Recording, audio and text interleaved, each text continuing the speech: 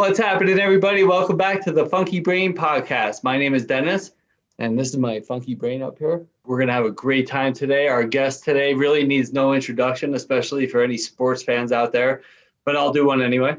He's an NHL legend, Stanley Cup winner with the Calgary Flames in 1989, playing over 1,000 games for a number of teams over his 15-year career. Also a gold medal winner for Canada in the 2002 Olympics, which I was at. I wasn't at that game, but we drove out to the Olympics. Today, he's an author, a global advocate for relational trauma and sexual abuse crimes. And we'll talk about that stuff in a little bit. And he's overcome his drug and alcohol demons to become the man we know today, Mr. Theo Fleury. How are you doing today, sir? Doing excellent. Glad to be with you. Awesome. I'm glad, too. How is your 2020 going for you so far? Well, it's been a little crazy, that's for sure. A lot of old demons have made appearances, especially when we were isolated, but grateful that I have a lot of tools in my toolbox to be able to deal with those times. And thank God the golf courses opened up, shortly after COVID. So I've spent the majority of my time at the golf course. I think I played 130 rounds of golf this year. So it's been, I want to get a t-shirt made up is golf is what I take for my depression and anxiety. For a lot of people, I think it causes more depression and anxiety. Yeah, not for me though. It's one of my happy places. And, golf is kind of like meditation, and the object of the sport is to beat par on whatever course you're playing. And, the ultimate goal is to try to hit the ball in the middle of the club face every single time, which is a tough task to do. But, it's, and my two boys also play, and my dad's a golfer. So we sort of have a built-in foursome, and, needless to say, we've spent a lot of time together this summer on the golf course, which has been awesome. Yeah, that's really cool. So when you say like some of your demons have come back, what does that mean for you? Well, I suffer from severe depression and anxiety and panic disorder. And and what was interesting before COVID hit, I was probably one of the busiest guys in North America. We were on a plane once a week, traveling somewhere and speaking and doing workshops and all kinds of stuff. And that sort of came to a complete halt. And so there wasn't much going on. And, I fell into a really deep, dark depression about 2 weeks into COVID. And I didn't get out of bed for a month and a half and could barely get to the washroom. But it was, what was interesting was, I always thought, because I'm wired as an athlete to win and beat and, all that stuff. And I really thought that I could beat my mental illness, and what happened was I actually, for the first time in my life, accepted the fact that I have mental illness. And, that was a huge shift in my sort of psyche. And I realized that there are going to be times from now until, they stick me in the ground that I'm going to have episodes like this. And since that happened, it's been pretty good. And especially the anxiety part, It's really common. And, my show is based in addiction recovery and life mastery. Mm-hmm. And originally the reason I reached out to you was, one, because you're Theo Fleury and you're a badass. But the other thing is to hopefully help anybody who's listening, because I get, a bunch of listeners, and I want people to know that are going through the same types of trauma that you're going through and have no idea how to get out of it, or they're lost and they're buried in whether it's drugs or alcohol or just laying around in depression or whatever it is, and they don't know that there is a way out. And so can you share with us some of your story, like what got you into this dark state and how you got out, so people listening that are struggling right now know that it affects everybody and there is a way out. Sort of all of the groups that are out there that help with mental illness, they always say, 1 in 5 people suffer, right? So why are we shaming the one person who has mental illness, right? And really, I believe it's 5 and 5. In my experience, in the last 15 years, I've been working in this field, in this industry. I haven't run into one person who has not had some sort of trauma, mental health, or addiction issue, right? And so, for me, my earliest trauma happened when I was a child. My parents, both of them experienced childhood trauma in their life, and that manifested itself into addictions. And my dad was an alcoholic. My mom was a prescription pill addict. And so I grew up in a very chaotic, violent, insane existence. Okay. And I didn't know it at the time that this was my first experience with trauma. When I was 5 years old, I got a bunch of old hockey equipment and put it in a pillow sack. And I went down to the arena and I put on all this gear and I stepped on the ice and I absolutely fell head over heels in love with the game of hockey. And not only that, I was really good at it too. And so, my escape from my parents was, I spent as much time in the rink as I possibly could because I didn't want to be at home and I didn't want to have to witness this. And, there were many times where, I would be standing in the middle of my parents, keeping them from, hurting each other, saying horrible things to each other, et cetera, et cetera. And so as I started to climb the ladder in the hockey world, and my dream was always at some point to play in the National Hockey League. And so every waking moment was spent, pursuing that dream. And when I was 14 years old, I ran into a coach and a scout who basically promised me a one-way ticket to the NHL. And what happened was over a 2.5-year period, this coach raped me 150 times over a 2.5-year period. And obviously I was left with a lot of emotional pain, a lot of confusion, a lot of anger, a lot of resentment. And, there wasn't one person in the world I could have told because I knew if I told, first of all, I wouldn't be believed. And secondly, I knew it would be the end of my hockey career. And so I kept this secret inside for many years. When I was 15 years old, I took my first sip of alcohol. I was hooked instantly. The rest of the story is kind of history. And 16 years ago, I had a fully loaded pistol in my mouth, ready to pull the trigger, not because I wanted to die, but because I was completely exhausted from living in emotional pain and suffering for the majority of my life. And I tried absolutely everything on the planet to get rid of this emotional pain that I was experiencing. And then shortly after, the gun incident, because I didn't pull the trigger. And so if I can't pull the trigger, I don't want to die, but I certainly don't want to live the way that I've been living. And September 18th, 2005, I surrendered and turned my will and my life over to the care of the universe, as I understand it. And,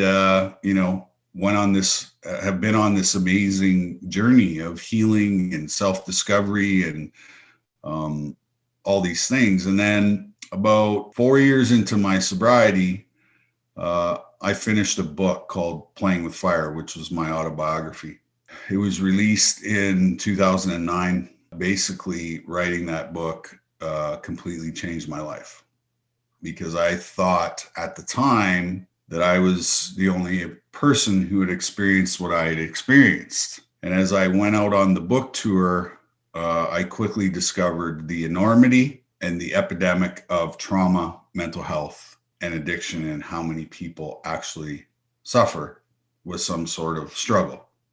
The last, 11 years, I've spent educating myself and hanging around with some really smart people in the field of addictions and mental illness and trauma and all that. And I've really become this this safe person where people know that they can approach me and pretty much tell me anything they want. And so it's, like I said, it's been an incredible journey, and I'm very blessed and very fortunate to be in that position of helper. And like I said, every day, I get up looking for that one opportunity to help somebody. Awesome story. I also live that way too. I go back 17 years. I've been sober since April 2003. When you were talking about, I was there with that gun, and I didn't have a gun, but my thing was like, I kept waking up every day. Yeah. Like that was my problem. I wanted to die. And you know what? I didn't grow up, I wasn't sexually abused. I had a couple of weird things happen along the way, but I think everybody does. Like, I like what you said. It's the 5 and 5. We all have our own demons. Some have drug, alcohol, addiction problems. Some were abused. Some just don't know how to handle life. And that's traumatic. When you're a kid and you don't know how to handle life, that's traumatic. For me, my hair started falling out when I was like 17, 18 years old. Or, it was getting thin. And to me, it was the end of the world. To everybody else, they're not looking at my hair. They don't give a shit. They're thinking about their own problems and how I can make money, right? So that's what everybody's thinking about. But they weren't going, oh, Dennis sucks because his hair's getting thin. But to me, it was the end of the world. Well, but the one thing that you were talking about that I'd like to say, which I really love, is your secret. You didn't tell anybody. So, they say in our land of recovery, we're only as healthy as our deepest, darkest secrets. Yeah. So you can put on a happy face, you can put on nice clothes and go to the cool parties and talk to the cool people. But if you're sick inside, you're not happy. Well, and that's the thing about alcoholics and addicts. We wear lipstick really well. We present ourselves really, really well. But the problem is the outsides don't match the insides. Yes. And that takes a tremendous amount of work, takes a tremendous amount of honesty, openness, and willingness, surrender, like I said before. I always say the day I asked for help was the day that I saved my own life. Left to my own defenses, left to me running my own life is the biggest shit show on the planet when I'm running my own life. And when I drive the bus always crashes, right? Surrendering is getting out of the driver's seat and getting into the passenger seat and realizing, there's always been a plan for my life. The only time the plan goes sideways is when I'm in control of the plan. Yes, that's right. Great analogy. And so that surrender piece, has to happen. When you talk about surrendering or asking for help, especially for somebody like you, a fighter, a professional athlete, it's like we were taught that that's a sign of weakness.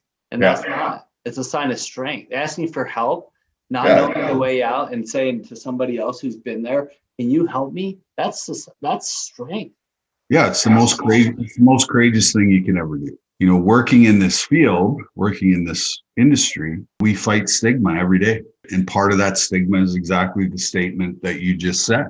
The biggest thing is we haven't created a safe space in society where, we can talk about this stuff. But the key to getting people's attention is vulnerability. And the more vulnerable you are, the more you create a safe space. And when you have that safe space, that's when the magic of healing happens, is when people feel safe. You think about the last 7 months on this planet, it's the most traumatic thing that's happened since World War II. A lot of people that were in complete denial about what was going on in their lives, now it's right in your face. And so that's why we're seeing, there's been more opioid deaths and suicides than there has been COVID deaths. So what does that tell you? I try to take a 40,000 foot view all the time. And what the universe is telling us at this particular space and time is that we have been in complete denial about trauma, about mental health, and about addiction. And now,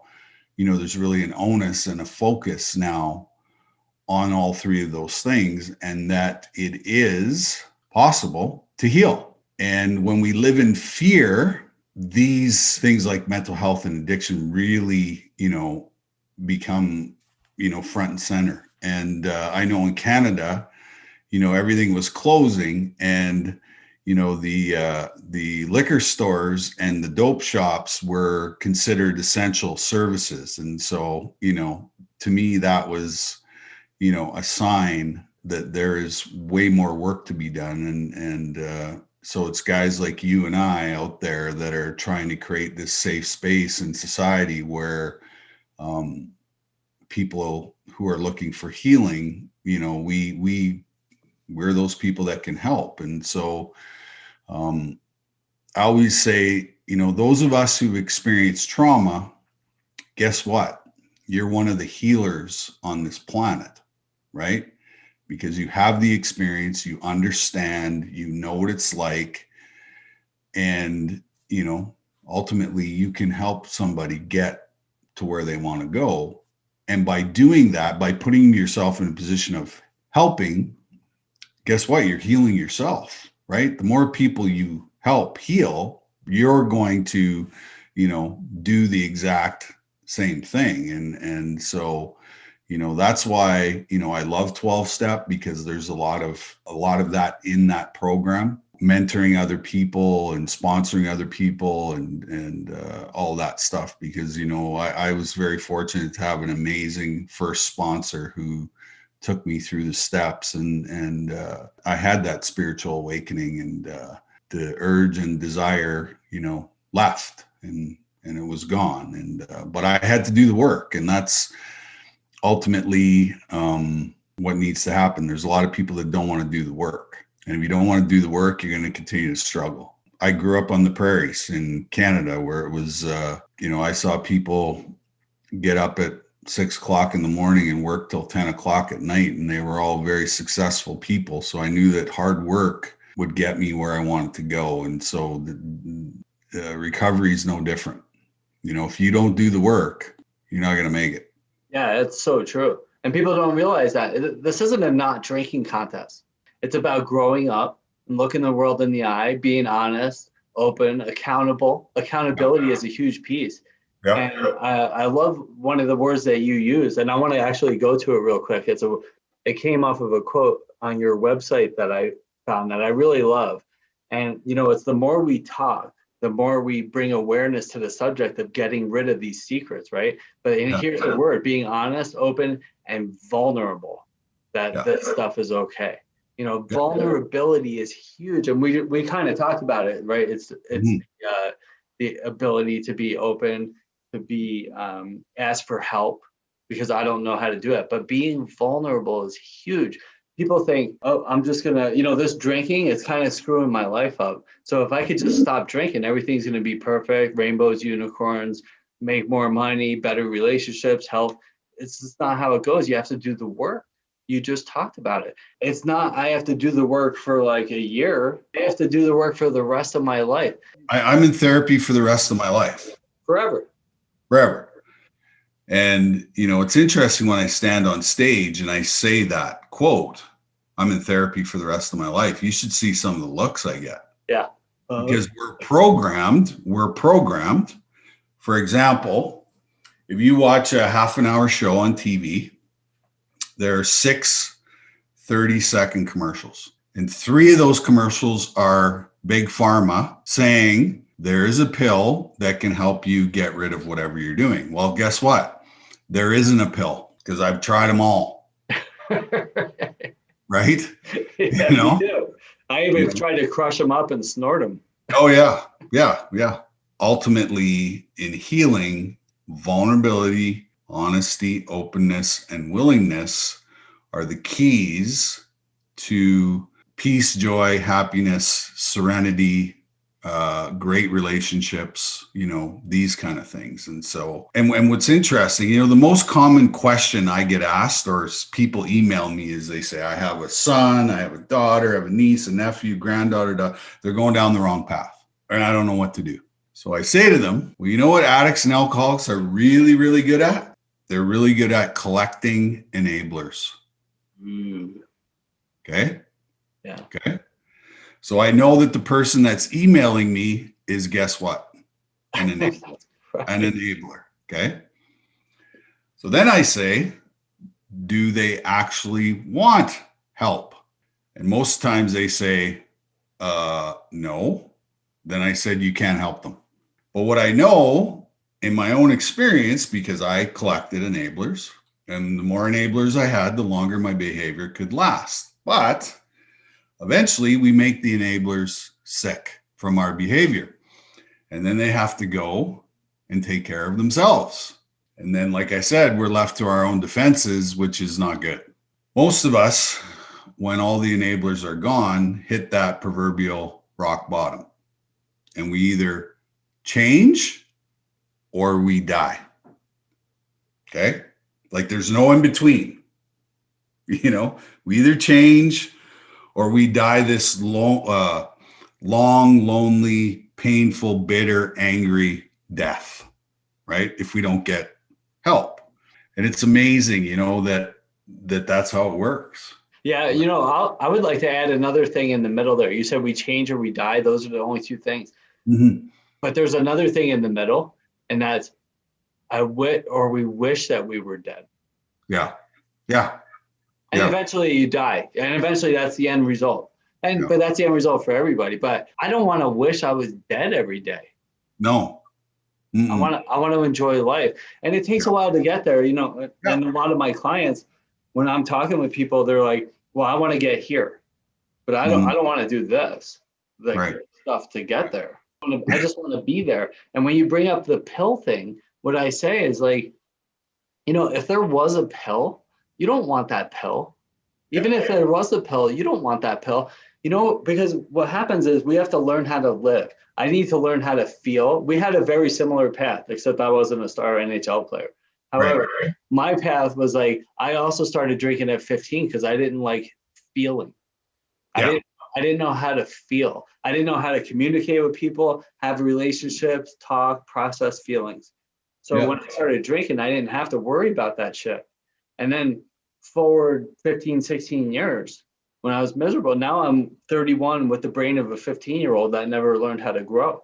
And so I didn't want to feel. So the thing is now, after all these years, I've slowly learned how to feel. But it's still painful. Like, but the thing is, if I was to take that pill, I never would learn how to feel. It's just transferring one addiction for the next. And people do it, you know, you could do it with that pill, the magic pill, and some people do. You know, there are opioids and stuff out there. Some people do it with chocolate cake, and some people do it with porn or shopping, spending money I don't have, or even exercise. Like, we have to learn how to process our feelings. And that's painful. It's hard growing up in your 30s and 40s and 50s. Oh, yeah.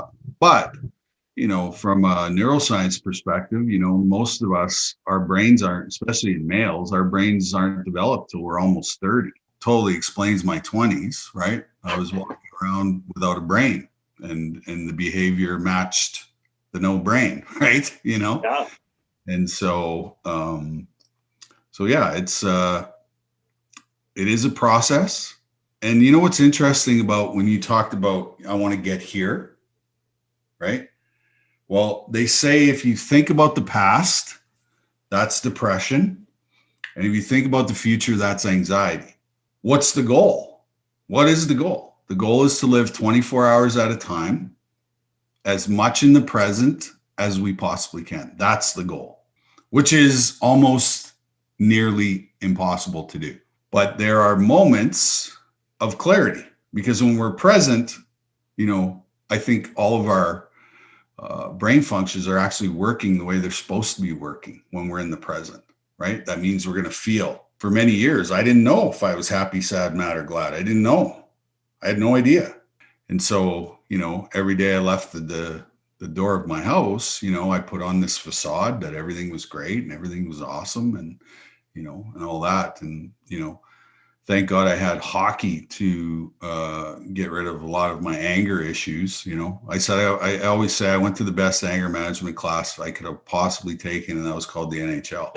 right? Because I go out in the ice and beat the shit out of somebody, had absolutely nothing to do with them.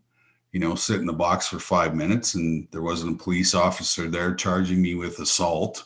You know, and sit there for 5 minutes, go back out and do it all over again. So when you talk about, like, you had mentioned earlier, and it's a popular term, the tools. So in order to, have this long-term addiction, recovery, sobriety, whatever you want to call it, we need to fill up our toolbox. And then for me, it's a lot of the meditation, talking to other people. I live a life of service. I do this podcast. I wrote a book that helps people. I live in the world of addiction recovery. I'm a coach and a counselor. So that's what I do. That's what fills me up. What are some of your tools that Theo Fleury uses? There's the emotional piece, there's the physical piece, and there's the spiritual piece. And those are the three things that you need to work on, because all those three things have to live in harmony together. And if they don't, you're going to have moments in time where you're going to struggle. The emotional piece was, I had to learn how to identify feelings, and I had to learn things like compassion and empathy and, all of these things. And that's, that essentially, and I had to rewire all of my trauma, that emotional part. I had to rewire it. So the physical piece is the one relationship I neglected the most in all of this was the relationship I had with myself, because after my abuser left my life, guess what happened? I took over the abuse and I abused myself because I didn't feel good enough. I didn't feel lovable. I always felt abandoned and neglected. And, do I even exist in the world? I had to rewire all those things. And how do I do that? Well, I got to have a relationship with myself, right? Got to love myself, got to take care of myself, got to exercise, got to practice spirituality, and I got to get in and see a therapist to help me rewire all this shit that happened, right? So I see it in a different light, and I see it in a different spectrum. And so I spend a lot of time in the Aboriginal community. About 5 years into my sobriety, I sort of flatlined, and I was like, this is what sobriety is all about. I don't want any part of it, right? I might as well go back drinking. But then I remembered the first 3 steps in the program is spirituality. I remember an old timer saying to me one day, he said, do you realize in this program that you get to pick your own God? And I was like, what the fuck are you talking about? Because the only concept of God I had was in organized religion and a cult. My dad was Catholic and my mom was Jehovah's Witness. And so when he said that to me, I was like, well, here's my 2 options that I get to pick from. And I'm like, I don't want any part of that, right? And I don't necessarily believe in the white bearded guy in the sky. And ultimately, I really believe spirituality is about relationship. And so I spent, the last 11 years working in the Aboriginal community. And what happened is those people gave me back my life spiritually, because I started to participate in ceremony, smudging and going to sweat lodges, going to powwows, dancing, drumming, all of these things, which really kind of opened up a space for me to take a look at myself. And my biggest fear was I was always afraid to be alone. And what I realized is if I'm spiritually connected, I'm never alone. When newcomers, come to me and say, I'm struggling, the first thing I say to them is, where are you at with spirituality? Because I believe that people who don't grasp on to the concept of spirituality don't get sober. When I take new people to sweat lodges, it is absolutely incredible to see the transformation that happens after they experience something like that, because it doesn't get any more real than sitting in a sweat lodge. I'll tell you, I've become friends with a very powerful medicine man who lives a couple hours south of where I live in Calgary here. And he's been a tremendous mentor and friend. And, it's been an awesome journey. And, I love the concept of finding something greater than myself that can help me find peace, joy, happiness, and serenity. Because, the thing that attracts me to this particular medicine man is how much serenity he has, that nothing bothers him, that he's just kind of, the same every time I see him. And, that's what I want. That's what I want. I want to have that much serenity. I love that. That's a humility. Some people have it naturally. I didn't get that skill naturally. You know, I have to work at it. But the solution to that, what you just said, is that the spiritual peace. And people do struggle mightily with that. In the program, they have that 3-letter word, God. God. Yeah. And people get freaked out about that, right? And I did too, because I had a completely skewed concept of what that 3-letter word actually meant, right? You know, me too. That's when I said to myself, geez, I better try everything then, because I know that if I don't have this spiritual connection, I'm not going to be sober, because that had been my experience, right? It took me 10 years to get one day. You know, when you throw that word around, sober, people, it could be misunderstood too. Sober, to me, it doesn't mean not drinking. There's not drinking. And then there's that, what we call in recovery land, emotional sobriety. There you go. Yeah. I don't want to just not drink. I want to be able to live life successfully. I want to be able to not have anything bother me. Like what you were just talking about, your friend, the medicine man, the healer. That's humility. It's about saying, you know, I don't care what's going on out there. I have peace inside, inner peace. That's sobriety. Sober means like of sound mind. That's what sobriety really means. And that emotional peace, like if we don't work, and you said another important thing I want to address too. I'm doing therapy outside of the program. The program tells you to do that too. You know, so seek outside help. When we get into 12 steps up, and I'm not here to bash or defend it, it's a great intro to go out and live life. And then there's all this other stuff that I can do to improve my life. And it's our responsibility to go out and find new ways to grow, new ways to live, find a spiritual path that you can connect with, not that somebody else tells you that you have to do, and continue to grow. If you don't continue to grow, you're going to slide backwards. And you said you hit that wall in 5 years. I think in 17 years, I've probably hit like 5 walls. Yeah. Well, I always tell people I've hit more rock bottoms in sobriety than I ever did drinking, because I'm actually feeling something. Like sometimes these things come up. I'll be honest with you. I'm going through a separation right now. I don't remember getting sober because it's been a long time now. I don't remember the physical pain, but I'll tell you the emotional piece that I've been going through. And I'm totally on the other side of the bleeding heartache pain. Yeah. But it's still there, and it's the hardest thing I've ever gone through in my life. But I'm feeling it all the way through. Yeah. Well, grief and loss is really difficult. It's its own entity. There's a lot of people that I run into have tremendous amounts of grief and loss. You know, that kind of emotional pain is incredibly debilitating, because it comes back to, you know, those sort of core beliefs of what we believe about ourselves, right? And what trauma teaches us: abandonment and neglect. I'm not good enough. I'm not lovable. Do I even exist?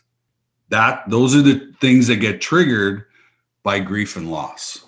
And if you're not solid in your personal recovery, those things come back. Because every time I get triggered, my biggest trigger is I'm not good enough. So I'll grab onto that, right? I'll grab onto that, because it's almost like an involuntary action that if somebody attacks me, I go to I'm not good enough right away. Right. And then all those emotions and all that chemistry that comes with I'm not good enough just kind of overwhelms me. Yes. And that's the reason we drank. So that's why people don't understand the emotional piece. They think it's all physical, and that's not at all true. In fact, that's the complete opposite of the truth. The reason I drank is because I didn't feel I was good enough. And I felt that way since I was 2. Yeah. You know? So it's like when I stopped drinking, we could take away the harmful behaviors, the drinking, the drugs, the chocolate cake, the shopping, the porn. Mm-hmm. But then I still have these I'm not good enough feelings. And if I don't continue to grow and to work on those emotional things, I'm going to continue to go. Maybe I won't drink, because I'm not going to drink the rest of my life. I do that on a daily basis, but I can still eat a whole pound of cookies. Oh yeah. Yeah, for sure. Yeah. And I can still lash out at somebody or get short with somebody. Those are all emotional behaviors that I don't want to have in my life anymore. So when you talk about your spiritual guy who's just even keel, even Steven all the way through, like that's the goal. That's that emotional sobriety that I'm always shooting for. When you quit drinking, you still have the ism. That's right. And I got to get rid of the ism. Yeah. Irritability, restlessness. What's the ism? I, self, me. I'm always thinking about myself. Identify with that. It's usually like if I'm off, if I'm irritable or something's going on, it's usually because I'm thinking about my own shit too much. I need to, what can I do to help somebody else? Because when I'm doing that, I'm not worried about, do I have enough money? You're not thinking. Yeah. When you're helping somebody else, you're not thinking. When you get into that loop, whatever they call it, the trauma loop or the whatever loop, you're not living in the present. You're living in your trauma, you're living in your emotional pain, suffering, right? And that is when you got to pick up the phone and you got to talk to somebody. I call it finding your five. Have 5 people on speed dial and call every one of them at least once a day and say, whether you're feeling great or whether you're not feeling great, tell them, because then it gets you into a habit of identifying your feelings. And most of my friends, I tell them, I don't need any advice. I just need you to be on the other end of the phone so that I can tell you how I'm feeling. I like that. Another piece of that tool, because what you're talking about, that's the tool. I'm not isolating. So isolation, if there was a devil out in the world or universe somewhere, that would be isolation. My initial reaction to things when I get overwhelmed, angry, scared, tired, whatever, is to try to sit at home by myself and try to figure it out. And that's when I get into the worst trouble in my life. We weren't put on this earth to suffer in silence. We were put on this earth to be in relationship with one another and help each other get through the most difficult times in life. And that's ultimately how you get out of, those hungry, angry, lonely, tired feelings, right? Because when we're in that space, it's not a good space for us. No, it's not. You're right, man. Well, thank you so much. I'm sorry. Go ahead. And picking up the phone, you're telling on yourself, right? And you're creating more vulnerable relationships because, like I said, Brene Brown, the queen of vulnerability, that's what she says. The key to all of this is being vulnerable. Being vulnerable is courage, and courage is contagious. When we watch a story of courage, man, it changes our whole entire chemistry in our body and saying, you know what, if that guy can do it, so can I. We need those stories. We need the stories of struggle, and we need the stories of watching somebody who's struggling get to the other side. When that happens, man, there's so much safety in that struggle. And what I always tell people is that there are gifts in pain and suffering, usually a signal from the universe that, hey, here it is. Here's an opportunity right here to grow. And you can either take it or you can let it pass by, but it's going to come back. It's always going to come back. That lesson keeps coming back until we get it. And if we're mired in emotional pain and addiction and, mental health issues, it's really hard for us to see those signs, right? That's where prayer and meditation and all those things are going to help calm down the nervous system, because our nervous systems are at a heightened state all the time because we're so hyper vigilant trying to feel safe that it takes us away from self. And that meditation, those spiritual practices bring us back to the present where we need to be. And it calms down the nervous system. I agree. Yeah, it's really the only way. Like none of the other stuff works. Because like you said, we tried all the other stuff. Yeah. It doesn't work. So you can keep trying the other stuff and trying to prove us wrong, but you're going to end up in the real answer, which is like, I need to calm down. Yeah. I need to be vulnerable. I need to say what's going on. I need to admit my secrets. I need to get those out. When I carry that shit around, it's weighing me down. It's keeping me from achieving all my goals and dreams. And just really that big one goal and dream is I just want inner peace. Yeah. Have you ever seen one guy go to war by himself? It's a team. I was part of a team for the first 40 years of my life. And sobriety is no different. It's about getting a team together that can help you achieve what you want to achieve. That's why you find your 5. That's your team, your therapist, your closest friend, like those people have to be a part of your life. They got to know everything, because if they don't know, they can't help you. And therein lies the frustration sometimes with, the people that we're the closest to, is that it's hard for us to be vulnerable with them. And if we're not vulnerable with them, how are they going to help us? And therein lies the importance of relationship. And the only way we're going to heal is in relationship. We're not going to heal by ourselves. We're just going to become more crazy if we're trying to deal with this ourselves. And it's okay to be uncomfortable. It's okay to have fear. It's okay to have all those things. And it's okay to ask for help, right? Yes. It's okay to ask for help. Doesn't mean you're weak. It means you're a person of tremendous courage and strength and hope. And when people have hope, they can absolutely move mountains. It's when you lose hope is when you start to go down that path. Beautiful message, man. I'm really grateful that we have this time. Well, if somebody wants to get in touch with Theo, how do we do that? TheoFleury.life is my website. And I'm on all social media, Facebook, Twitter, Instagram, LinkedIn, all those things. So cool. And if they want to buy your book, Amazon? Amazon, you can actually buy it right off my website too. So I'll actually autograph it for you and send it to you. So yeah. Ooh. Well, you're gonna send me one. Well, I'll order it. Okay, perfect. Love cool, to. Man. You'd love my second book. It's called Conversations with a Rattlesnake, and I wrote it with a neuroscientist. And it's a 4-year conversation between the two of us, with her helping me rewire my brain.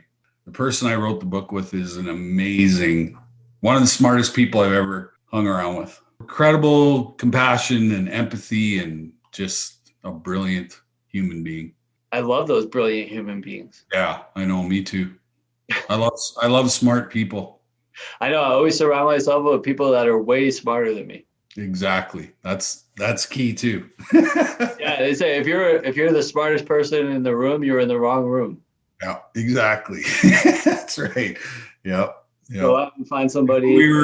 When we were drinking, we always thought we were the smartest person. Right. I always joke. I say, I used to sit on a bar stool, and I wrote about this in my book, and tell all these people, oh, you should live your life like this. And they would look at me like, well, your life kind of sucks. Like, if I do what you keep telling me to do, I'm going to end up like you. So right. Why should I do that? Well, misery loves company, right? Totally. Yeah. Yeah. Well, awesome, Theo. Thank you so much, man. Really appreciate it. Yeah, my pleasure. Thank you. Yeah, and we'll talk soon. Thanks, everybody, for tuning in to the Funky Brain Podcast with Theo Fleury, NHL legend. And have a great day today, unless you have other plans.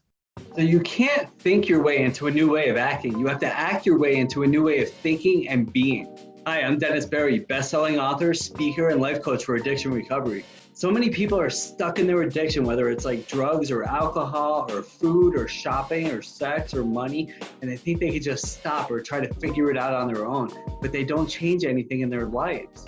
Nothing changes if nothing changes. In order for change to happen, you have to change something. My clients will be like, oh, I'll stop tomorrow, or if this happens, then I stop, or someday I'll just give it up. And then they just sit around and think, and hope for different or better results, but it doesn't happen. You have to take action. Action most people aren't willing to take. People don't become willing until they're in enough pain, me included. And unfortunately, they wait, and and time passes by. Even if you are willing, you don't even know where to begin. And that's where I come in. In my best-selling book, Funky Wisdom, A Practical Guide to Life, I talk about the how approach. How do I get sober? How do I stop doing drugs? How do I become healthier? How do I have more successful relationships? How do I become more financially successful? And the answer is how. Honesty, open-mindedness, and willingness. I have to honestly admit that there's a problem. I have to honestly admit that things aren't going well and there needs to be changes. And then once I do that, the door opens and I become open to seeing new ways of living. And then I become willing to make those changes. You can't solve a problem with the same mind that created it. That's why I'm here to help. And, I've been working with clients for over 15 years and helping them get clean and sober and change their lives and achieve inner peace and success. If you or somebody you love is struggling and doesn't know where to begin and how to make those changes, to get to where they need to be, give me a call. Not tomorrow or in a week from now when you're hungover and your life is falling apart. Call now. Start making that change today, and you'll be glad that you did. I'm sending you love and good vibes. Have a great day today.